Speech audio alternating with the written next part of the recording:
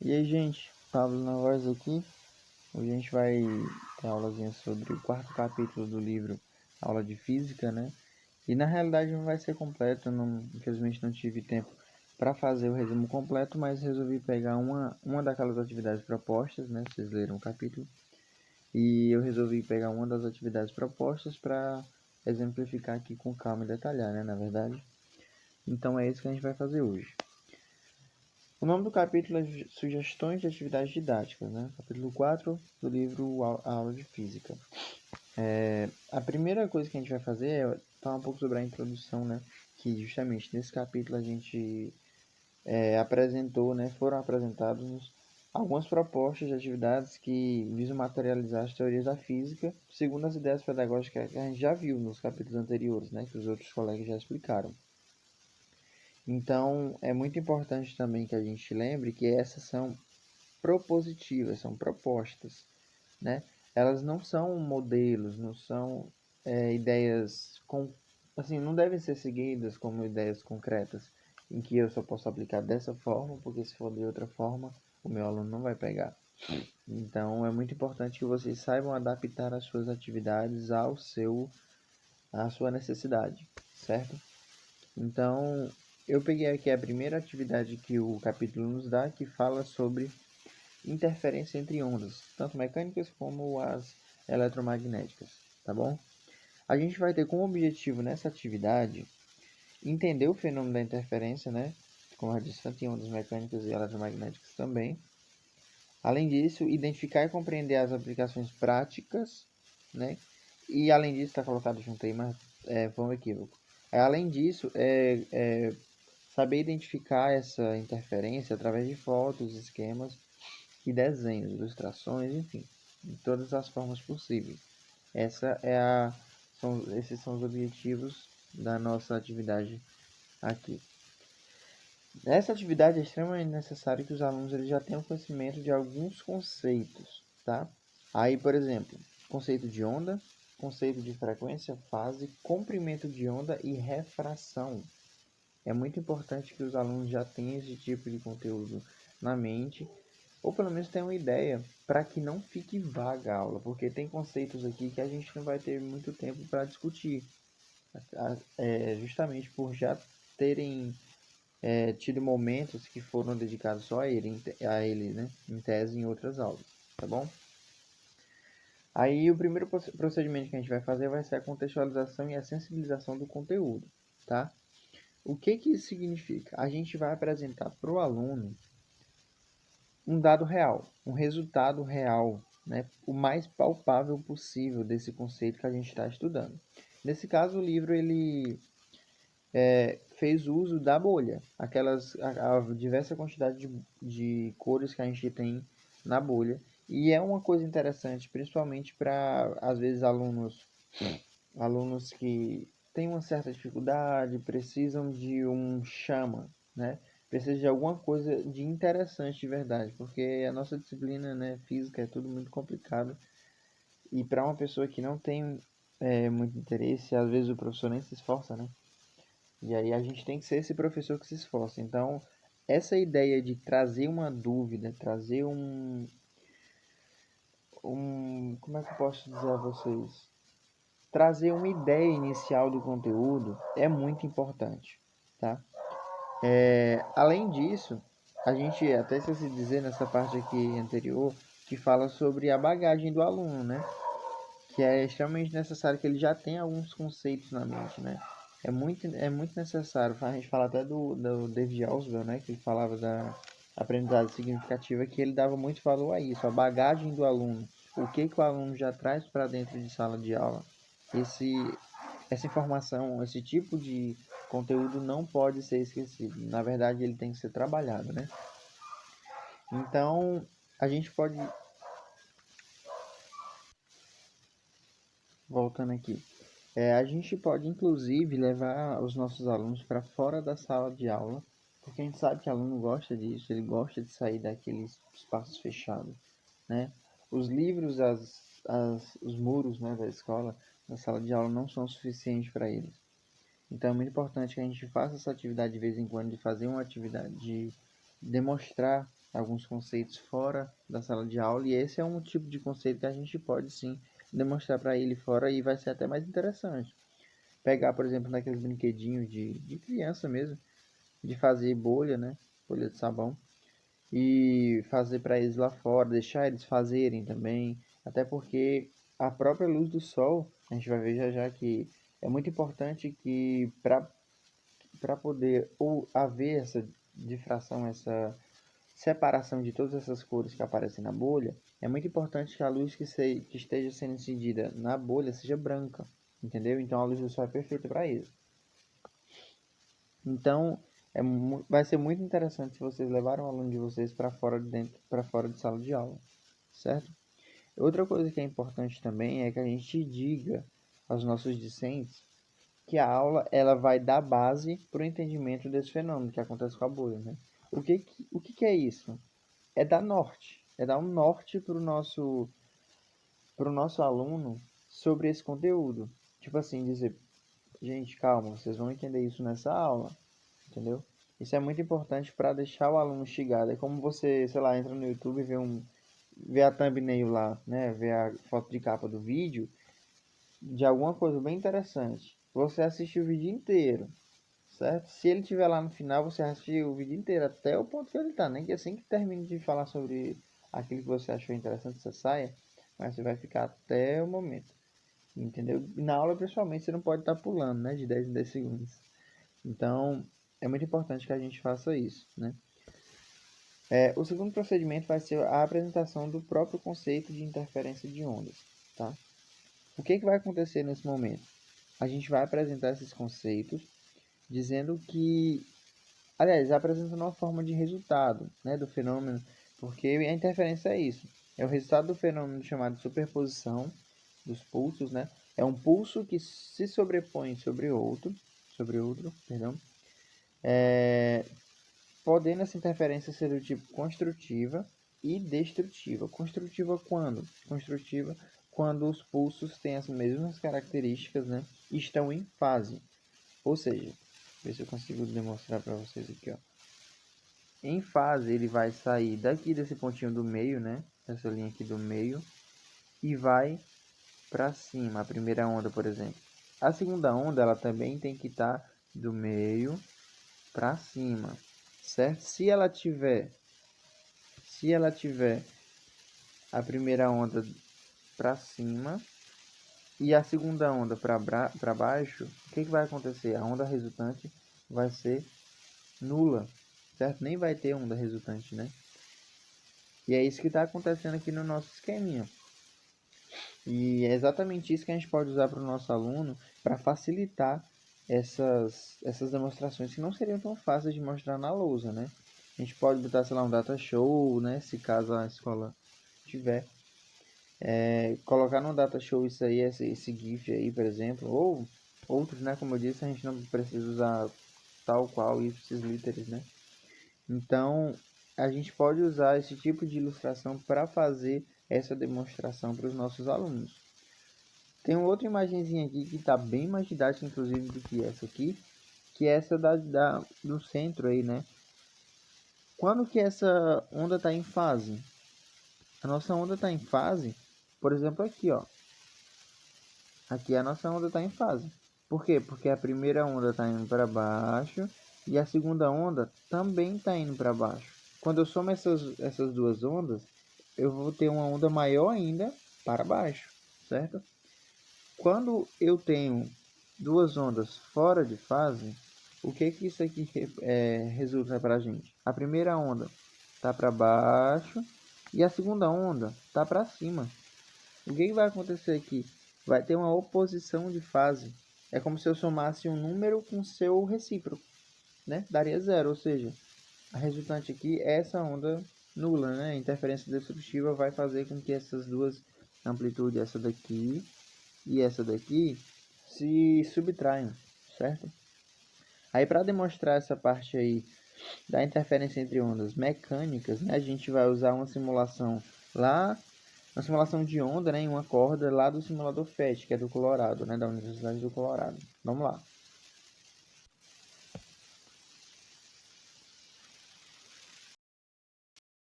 E aí, gente, voltando aqui com vocês, a gente está aqui no FET, né? O laboratório virtual da Universidade do Colorado. E a gente vai pegar essa simulação aqui, que eu vou deixar o link para vocês depois lá na descrição do Google Classroom, né? E aí o que a gente vai fazer aqui? Isso aqui é um simulador de ondas numa corda, certo? Então, para poder a gente entender melhor a parte de interferência entre ondas, né? Como que vocês vão aplicar para os alunos de vocês, o que a gente vai fazer? A gente vai colocar aqui na base de pulso. Então, agora não vai ser manual, aqui seria de forma manual, né? Aqui, ó, de forma manual, eita. Enfim, aí agora a gente vai colocar na parte de pulso e vai colocar aqui no canto superior direito extremidade solta, tá? Aqui, ó, pronto. O que isso vai fazer? Vai fazer com que seja mais fácil de mostrarmos, né, para os nossos alunos a ideia da interferência entre ondas. Então, para poder facilitar também essa demonstração, eu vou colocar que a perda de energia vai ser mínima, né, ou nula, e a tensão vai ser a mínima possível, tá bom? Além disso, para facilitar ainda mais essa demonstração, eu vou colocar a amplitude de 1,25 centímetros. Agora o que eu vou fazer? Eu vou jogar um pulso, né? Clicando nesse botãozinho verde aqui. Vou jogar um pulso, certo? Joguei, o que ele vai fazer? Quando chegar na extremidade solta, ele vai... A argola vai subir, descer e vai voltar com a mesma fase. Ou seja, ele foi do meio para cima. E quando chegou lá no final, voltou com o meio para cima. Quando ele voltou para cá, para o começo, o que aconteceu? Ele inverteu de fase. No lugar do meio para cima, ele foi do meio para baixo. Agora já está voltando, aí vai inverter de fase de novo. Está do meio para cima, certo? Então, a ideia de fase é essa, né? De que para onde que essa onda está indo? Está indo para cima, está indo para baixo? A amplitude dela tem a ver também. Então, o que eu vou fazer agora? Eu vou jogar outro pulso, que vai com fase para cima, tá? Ó, o que vai acontecer aqui? A gente tem um pulso, esse pulso esse pulso aqui, ó, que eu acabei de mandar indo da esquerda para a direita, e esse primeiro pulso aqui, ele está indo da direita para a esquerda. Então eles vão se encontrar. Só que eles estão fora de fase. Esse aqui está com a fase para cima e esse aqui está com a fase para baixo, certo? O que é para acontecer, né? É a interferência destrutiva, é para esses pulsos se anularem, tá? Então eu vou jogar no slow motion aqui e vou deixar falar. Ó, o que vai acontecer. Ó, mais devagarzinho possível aqui, ó. Eles vão se encontrar e vão se anular, ó. Se anularam, certo? De certa forma tem uma ou outra deformação aqui, mas no geral eles se anularam. Depois o que vai acontecer?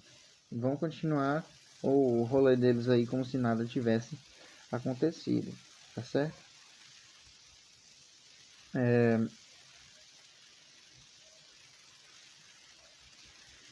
O que vai acontecer agora?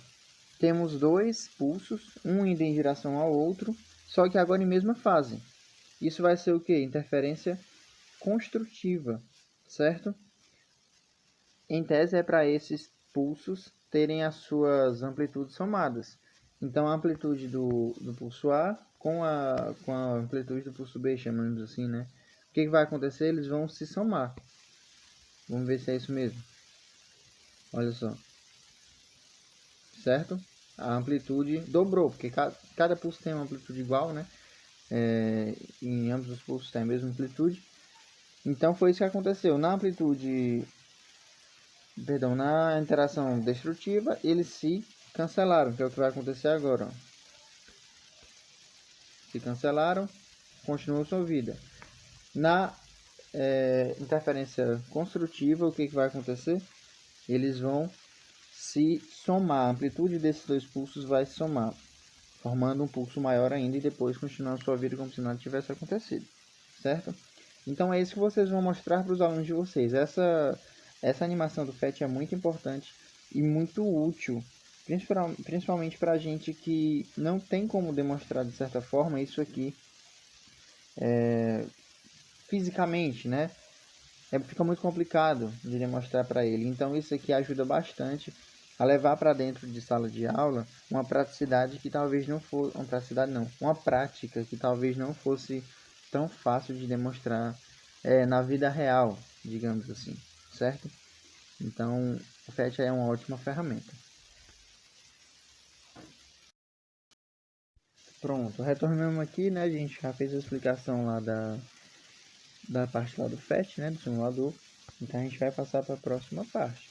Ainda na apresentação do conceito de interferência, a gente tem por analogia, né? A gente pode falar por analogia em caso das ondas luminosas, né? Inclusive a gente tem até das ondas mecânicas ainda. A gente tem essa imagenzinha aqui que é bem nítido e bem real também, né? É um negócio que a gente pode ver, pode fazer, né? Numa baciazinha com água ou no mesmo no mar, na lagoa.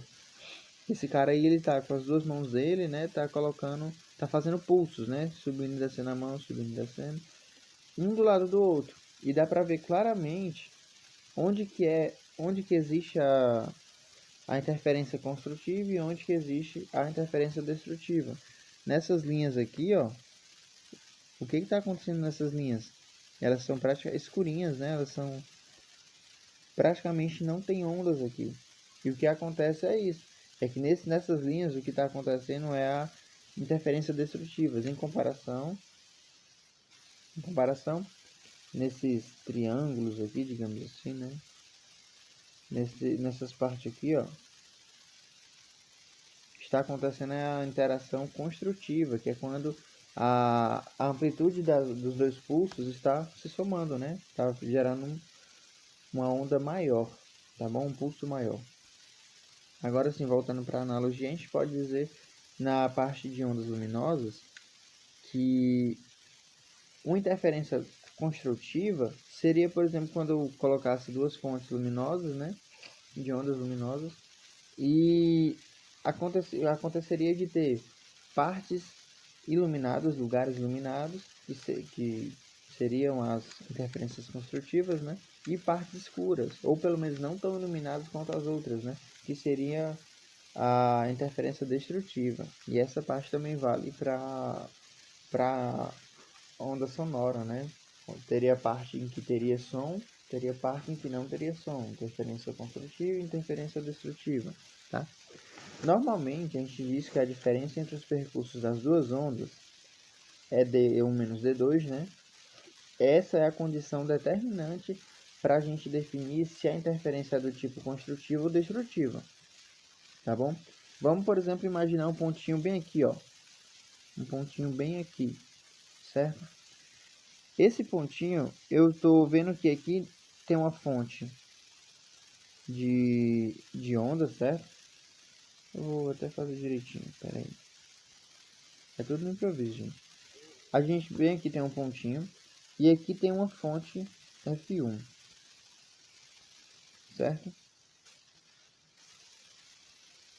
Bem aqui assim não tá a cabeça do rapaz, né, que não dá pra ver, mas aqui tem uma fonte F2, certo? O que acontece aqui? A distância entre F1 e o ponto e a distância entre F2 e o ponto, certo? Essa daqui, essa daqui é D1 e essa daqui é D2. Então a gente pode dizer que D1 menos D2, se esse número, né, esse resultado for inteiro de um comprimento de onda, a gente pode dizer que elas estarão em fase. Logo, será uma interferência construtiva. Agora, se caso D1 menos D2 dê um número diferente, um semi-inteiro, né, um não inteiro, o que vai acontecer?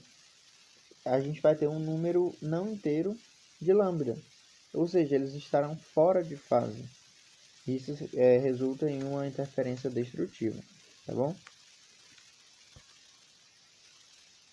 Aí agora a gente vai para a parte da explicação da questão inicial, né, a partir do conceito da interferência.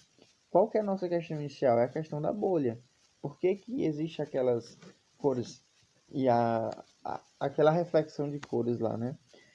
Então, como eu disse, esse momento ele consiste basicamente em responder, né, explicar o fenômeno que a gente mostrou lá no início das bolhas, e a gente vai fazer isso utilizando o experimento do Thomas Young, que ele demonstrou, né, empiricamente com esse experimento que a luz é um tipo de onda.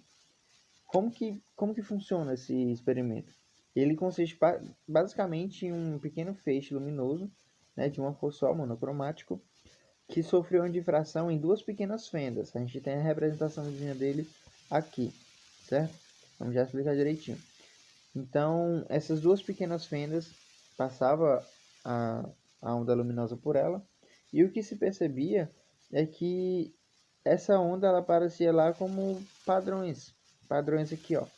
Tem um padrão que se apagava, essa parte aqui está bem mais apagada do que o centro, por exemplo. Não que o ser centro ou ser mais para o canto tem algum influência em alguma coisa, né? Mas é só a nossa representação aqui.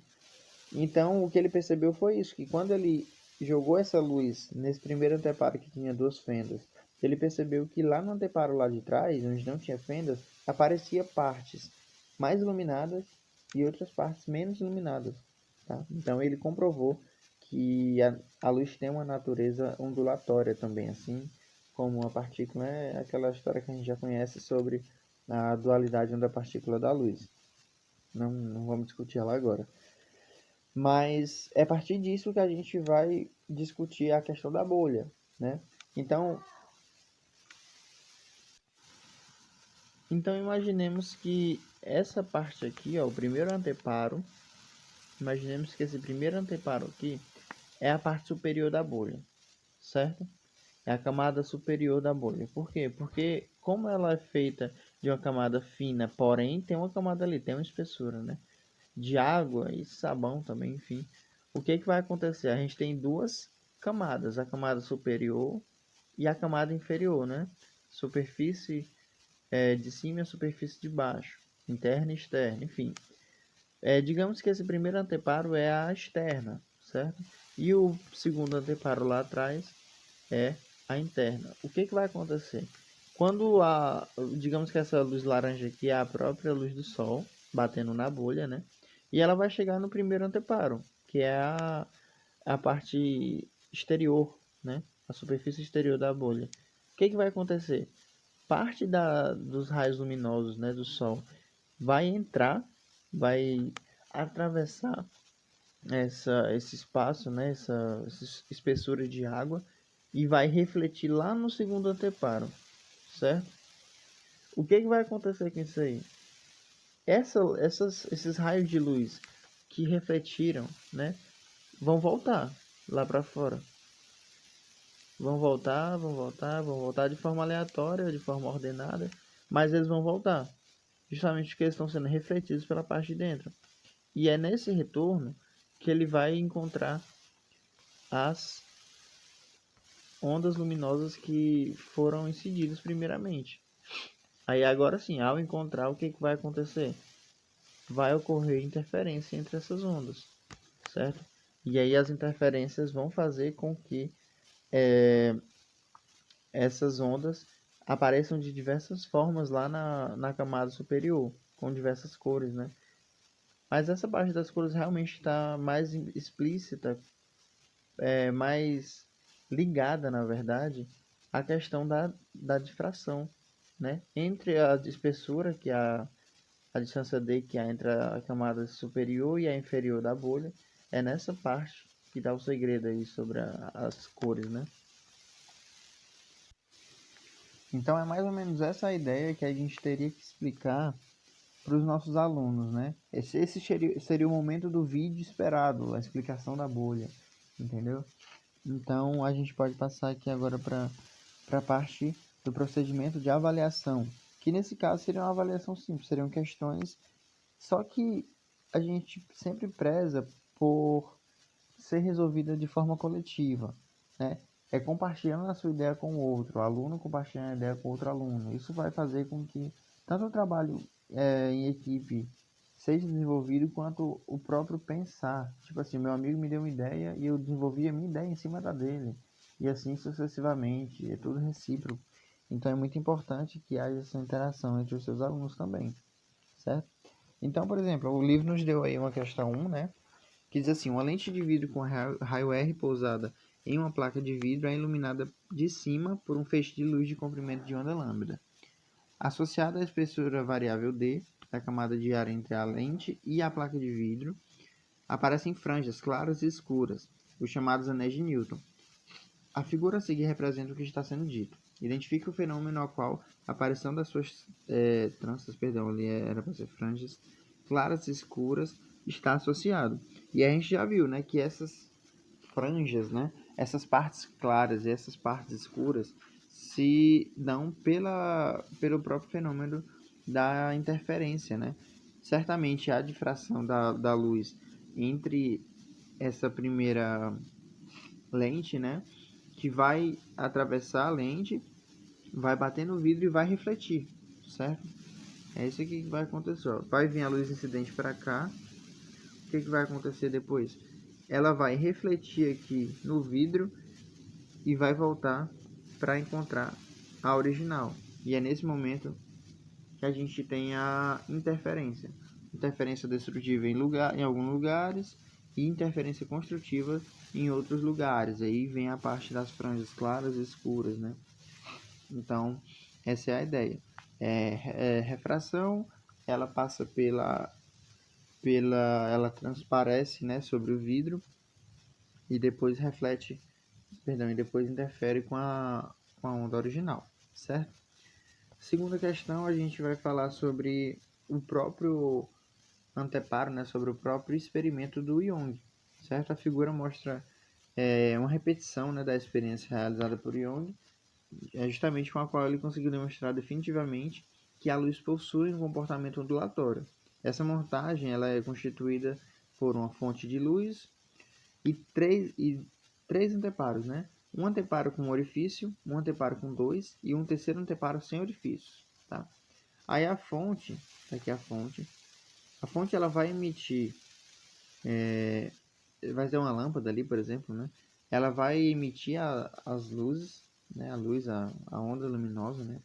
E essa onda ela vai se difratar sobre o primeiro orifício. Então, o que a gente vai fazer aqui? Perdão. O que a gente vai fazer aqui? Ó, isso aqui que vai acontecer. Ela vai passar por aqui e vai começar a gerar essa onda aqui, ó. Certo? Até chegar em O1 e O2, que são o orifício 1 e o orifício 2. Aqui a onda vai se difratar novamente, certo? Formando novas ondas. E assim por diante, até chegar ao anteparo 3. E novamente aqui em O2 vai gerar outra onda, até chegar em anteparo 3. Nesse momento aqui vai acontecer vários pontos de interferência, tanto destrutiva quanto construtiva nesse espaço, tá certo? Justamente quando essas ondas geradas por O1 e O2, né, que passaram por esses dois orifícios, encontrarem O3. E aí vai ser nesse ponto em que vai chegar pontos aqui luminosos, pontos não luminosos, pontos luminosos, pontos não luminosos e assim por diante, né? Pontos iluminados e outros não, tá bom? Aí desenhe na própria figura as cristas da onda luminosa após passar pelos três orifícios, né? E é exatamente aquele desenho que eu fiz agora sobre as ondas aqui. Não muda nada, é exatamente a mesma coisa, tá bom? E assim por diante. Depois daqui a gente vai ter o item B. Indique se alguma das grandezas mostradas abaixo relacionadas as ondas, né, sofreram alguma alteração durante a propagação da luz, da fonte até o último anteparo. Aí essas características elas são frequência, velocidade de propagação e comprimento de onda. E aí já vai do aluno para ele ter que saber esses conteúdos, né? É o que a gente falou lá sobre a bagagem do aluno, ele tem que saber isso aqui antes dessa aula, entendeu? Porque a gente não vai ter mais complicado de tirar um tempo para explicar esses conceitos durante a aula, certo? Então, é muito importante essa bagagem do aluno.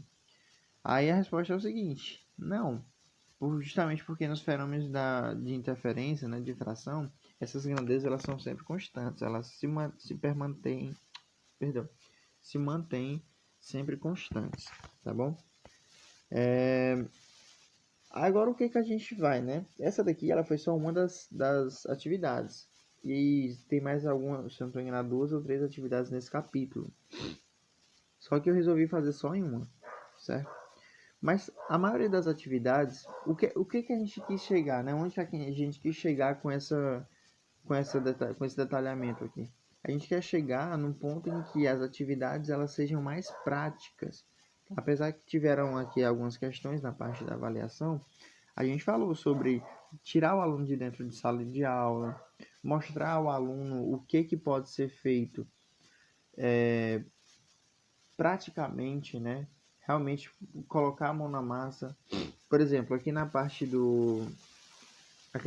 das ondas na corda, né? Que eu mostrei na verdade lá na simulação, poderia sim, com certeza, ser feito dentro, por exemplo, 2 alunos, cada um segura uma ponta de uma corda, certo? E cada um faz um pulso no mesmo momento, certo? Com a mesma fase, por exemplo, perdão, com a mesma fase, né? Para cima, ou um para cima e um para baixo. E aí um aluno, por exemplo, pega o seu celular, pega o celular do professor, grava em câmera lenta. A gente consegue fazer a edição, ver como é que esses pulsos se cancelam ou se somam, né? Dependendo da sua amplitude da sua fase. Então tudo isso é uma forma de fazer com que o aluno seja autor do seu, seja autodidata de certa forma, né? Seja protagonista do seu aprendizado.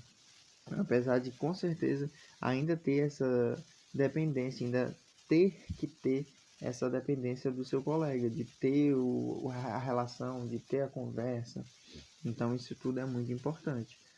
Aí, por exemplo, a gente tem outra atividade lá no capítulo, que é, por exemplo, de um plano inclinado, tá? Deixa eu colocar aqui numa página limpa. Esse plano inclinado ele é feito de 3 materiais, certo? 2 materiais, perdão. A gente tem aqui, ó, o plano inclinado e tem 2 divisões aqui. Essa parte aqui ela vai ser de madeira.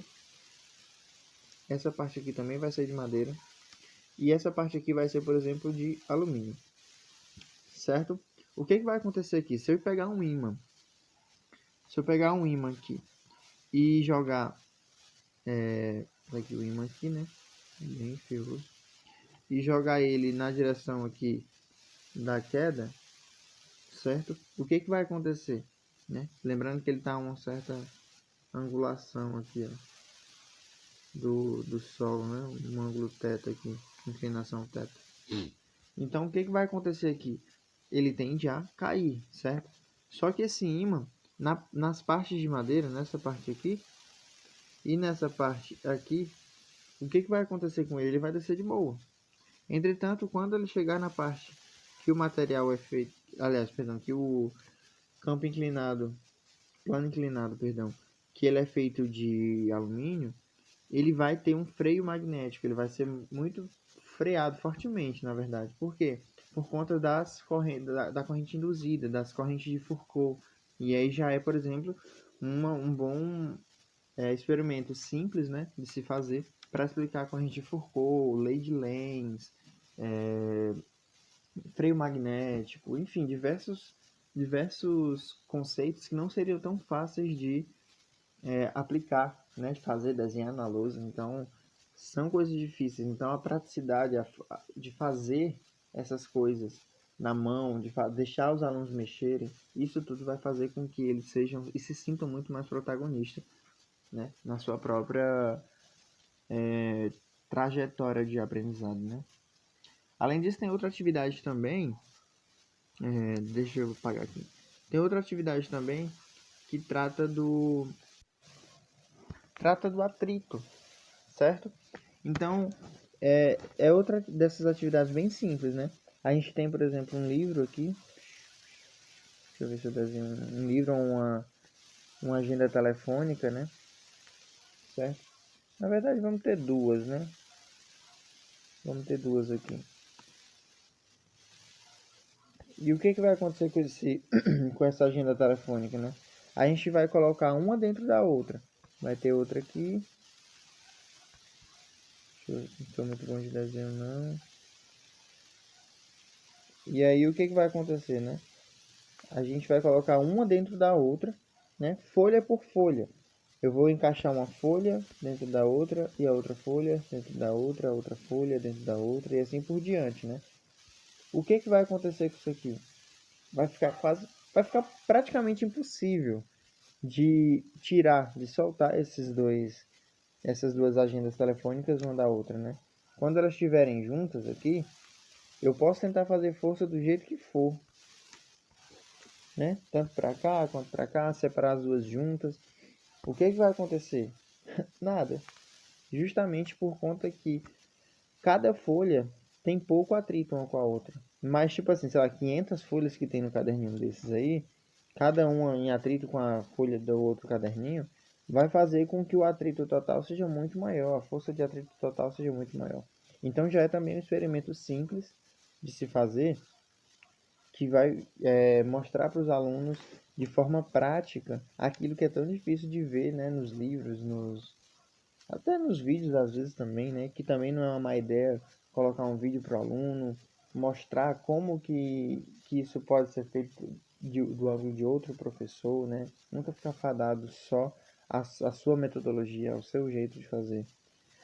Mas enfim, gente, eu acho que é isso, não foi tão completo quanto a dos colegas, né? Mas enfim, espero que seja satisfatório, tá? Um abraço.